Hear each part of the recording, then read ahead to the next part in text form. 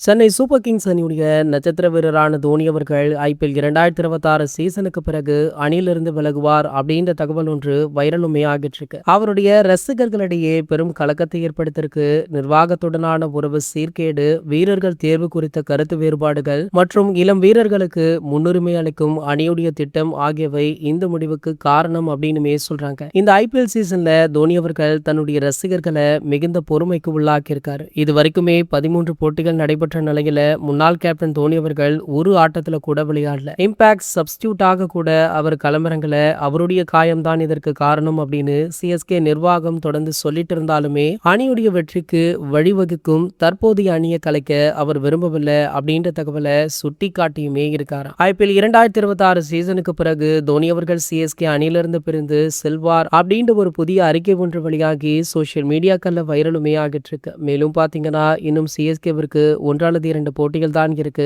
அந்த போட்டி முடிந்தவுடனேயே இந்த சீசனோடு தோனி அவர்கள் விடைபெறாரா. எந்த ஒரு ஃபேர்வெலுமே இல்லாமல் மிகவும் சிம்பிளாக அவருடைய ஐபிஎல் ரிட்டையர்மெண்ட் இருக்கும் அப்படின்னு சொல்லப்படுது. ஸோ அதனையே தான் தோனி அவர்களுமே விரும்புறாரு. இந்திய அணியில கூட அவர் சிம்பிளாக ஒரு ட்வீட் ஒன்றை போட்டு தான் ஓய்வு பெற போவதாக அறிவித்திருந்தார். ஸோ அதே போலதான் ஐபிஎல்லுமே நடக்கும் அப்படின்ற தகவல் வைரலுமே ஆகிட்டு இருக்கு. இது போன்ற செய்திகளை பத்தி நீங்க உடனே தெரிஞ்சுக்க நம்மளுடைய சேனலை மறக்காம சப்ஸ்கிரைப் பண்ணிக்கோங்க.